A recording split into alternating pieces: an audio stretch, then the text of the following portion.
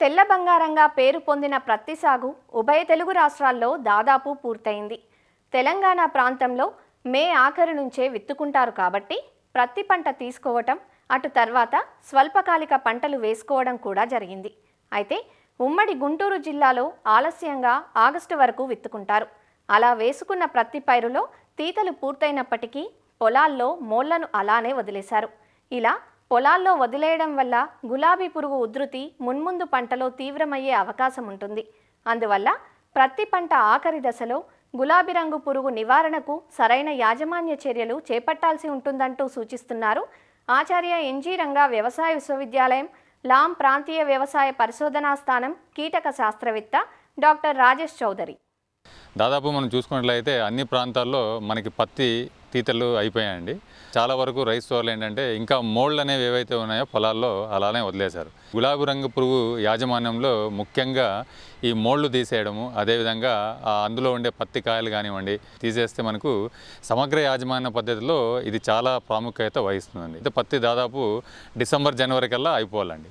దాన్ని పొడిగిస్తే ఏమవుతుందంటే ఈ ఒక గులాబీ రంగు పురుగు ఉధృతి పెరుగుకుంటూ పోయి దాని సంతతి పెరిగి తర్వాత వచ్చే ఖరీఫ్లో మనకి ఏదైతే ఉందో ఎక్కువగా నష్టపరుస్తుంది. కాబట్టి ఖచ్చితంగా రైతు సోదరులు మనకి పొలంలో ఉండే మోళ్ళు దాని పవర్ షెడ్డర్ ద్వారా తీసేయడం వల్ల, అదేవిధంగా దాంతో ఏమవుతుందంటే వచ్చే పదార్థాలు అవన్నీ మనకు పొలంలో కలిగి దున్నిపోయి మనకి భూమికి కూడా బాగా శక్తిని అందజేస్తుంది. కాబట్టి ఖచ్చితంగా రైతు సోదరులు ఎక్కడైతే ఈ పత్తి మోళ్ళు మిగిల్చారో దాన్ని కూడా పవర్ షెడ్డర్ ద్వారా తీసుకోవాలి. ఎక్కడైతే జిన్నింగ్ మిల్లు ఉన్నాయో అక్కడ కూడా మనకు లింగాకర్షక బుట్టలు పెట్టడం వల్ల మనకి ఏమవుతుందంటే ఎక్కడైతే తల్లి పురుగులు కానివ్వండి కోశస్థ దశలు ఎక్కడైతే మిగిలిపోయి ఉంటే అక్కడ నుంచి వచ్చే రెక్కల పురుగులు అందులో ఆకర్షపడి మనకి ఉనికిని గమనించుకొని దాన్ని కూడా మనం నివారించుకోవచ్చు.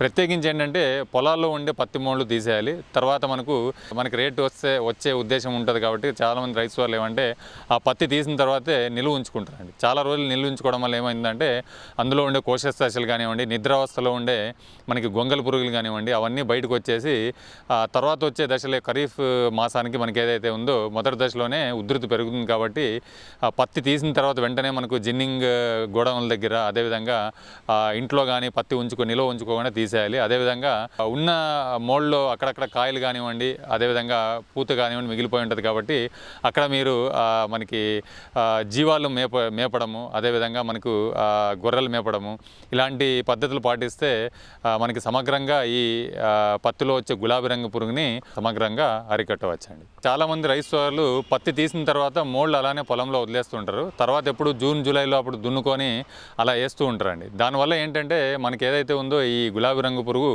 కేవలం పత్తి మీద మాత్రమే ఆధారి జీవితం సాగిస్తుంది. కాబట్టి మనకు పత్తి తీసిన వెంటనే ఆ మోల్డ్ను తీసేసి పవర్ షెడ్డర్ ద్వారా మనం కలిగి దున్నుకుంటే ఆ వచ్చే గ్యాప్ ఏదైతే ఉందో మార్చ్, ఏప్రిల్, మే, జూన్, జూలై వరకు మనకి దాదాపు ఈ లైఫ్ సైకిల్ అనేది జీవన చక్రం అందరితో ఆగి తర్వాత దశల్లో మనకి పొడిగించుకోకుండా ఈ ఉధృతి అనేది నివారించుకోవచ్చండి. లేదనుకుంటే మనకు ఆ పత్తిలో ఉండే మోళ్ళు అలానే వదిలేసినప్పటికీ ఏమైతే అందులో ఉండే కోశస్థ దశలు ఏవైతే ఉన్నాయో అక్కడే మిగిలిపోయి దాని నుంచి వచ్చే రెక్కల పురుగు మళ్ళీ గుడ్లు పెట్టి సంతతి పెంచుకుంటూ పోతుంది. కాబట్టి దాన్ని జనవరి, ఫిబ్రవరి మాసంలోనే దాన్ని కలిగి దున్నుకుంటే మనకు కొద్ది వరకు ఉధృతి అనేది మనం తగ్గించుకోవచ్చండి.